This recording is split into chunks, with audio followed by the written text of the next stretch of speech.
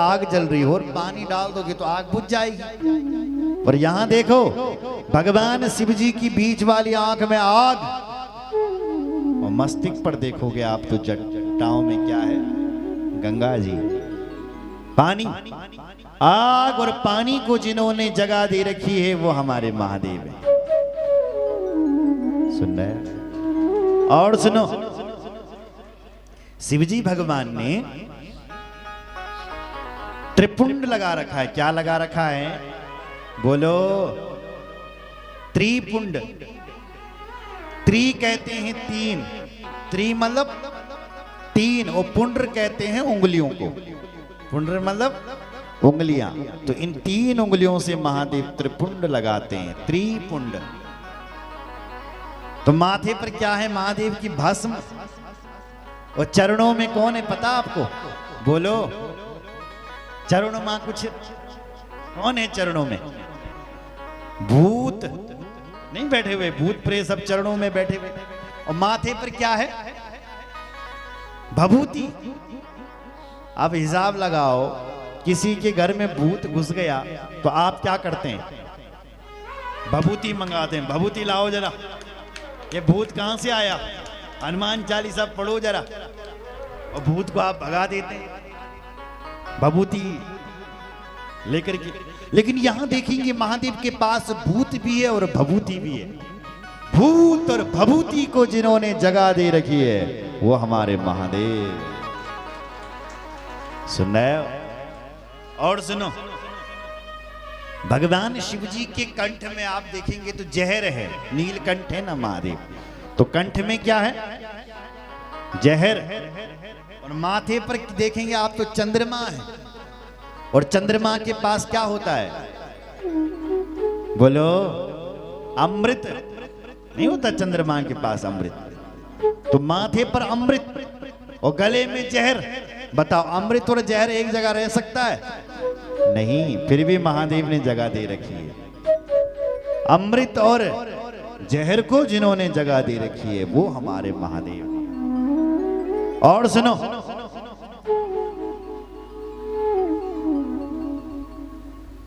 गले में क्या पहन रखा है? सांप, भुजंग।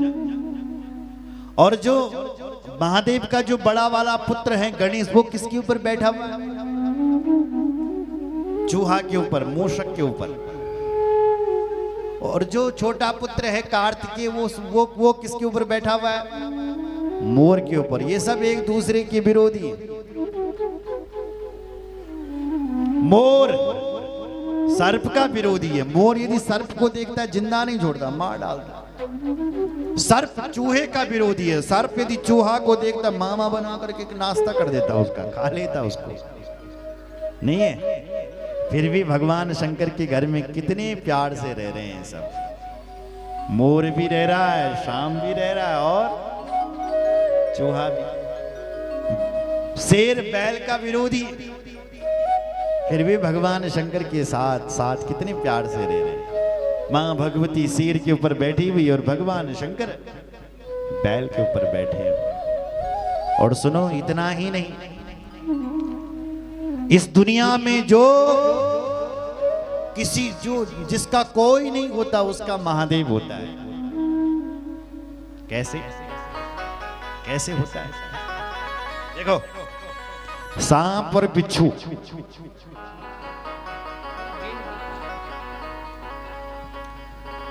सांपों को कोई रखना पसंद करता है क्या?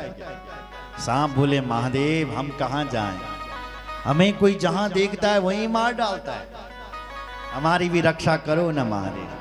तो महादेव ने कहा हमारे पास आओ।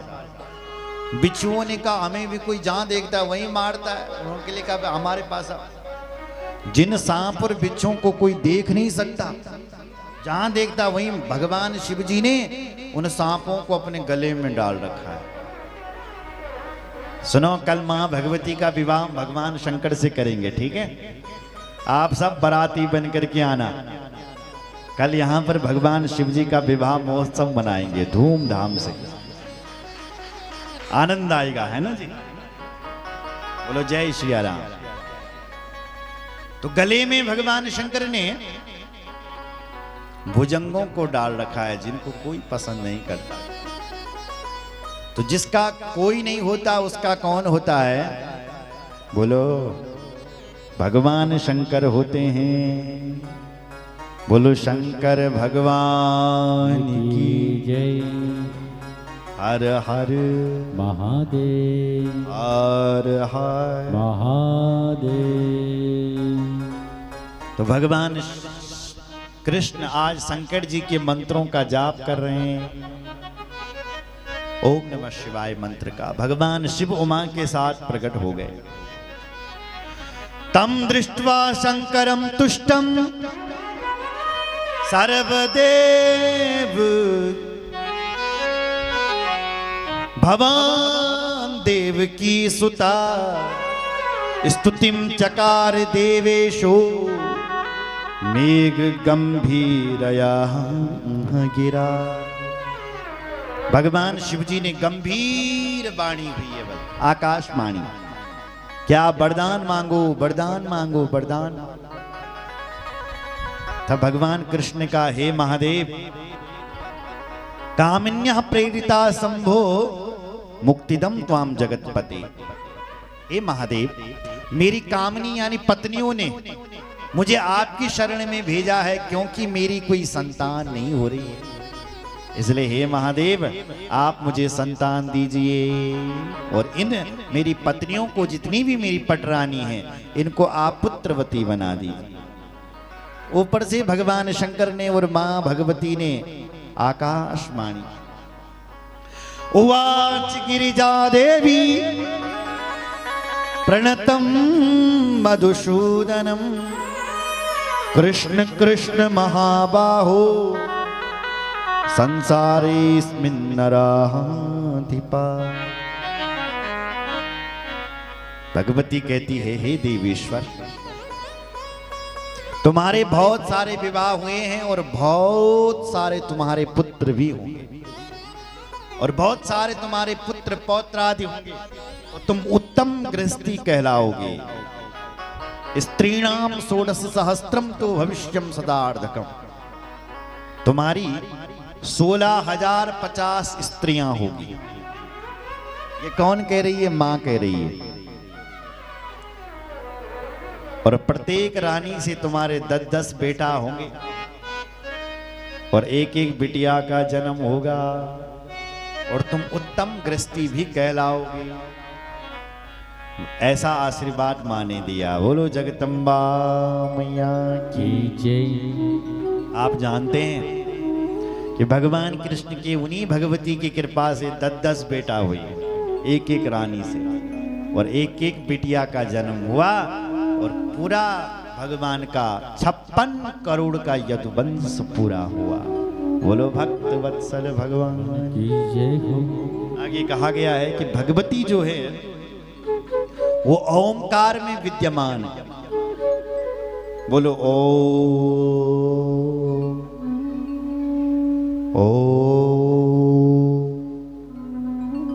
इस ओमकार में 3 अक्षर है, आ, उ और मां। आ उ मां का अर्थ होता है ब्रह्मा विष्णु महेश। कैसे? अकारो भगवान ब्रह्मा प्युकारास्याद्धरिष्वयम् मकारो भगवान रुद्रो अर्धमात्रा महेश्वरी। अकारो भगवान ब्रह्मा, जो आ है बल वो ब्रह्मा जी है। प्युकारास्याद्धरिष्वयम्, जो ओकार शब्द है वो साक्षात हरि है। और मकारो भगवान रुद्रो, जो मकार है वो रुद्र है। और आगे लिखा अर्धमात्रा माहेश्वरी, जो आधी मात्रा ओंकार के ऊपर जो चंद्र बिंदु लगा हुआ है वो माहेश्वरी है कि जगदम्बा। इसलिए ओंकार का उच्चारण करने से तीनों का ध्यान, चारों का ध्यान होता है, ब्रह्मा विष्णु महेश और भगवती का। हमारे सनातन देवता 5 हैं, पता आपको? जिनको कहते हैं पंच परमेश्वर। क्या कहते हैं? पंच परमेश्वर। आपके यहां भी होते थे पंच, पंच होते थे पहले। गांव में नहीं बनता था एक पंच, उससे गांव का पंच, फलाने गांव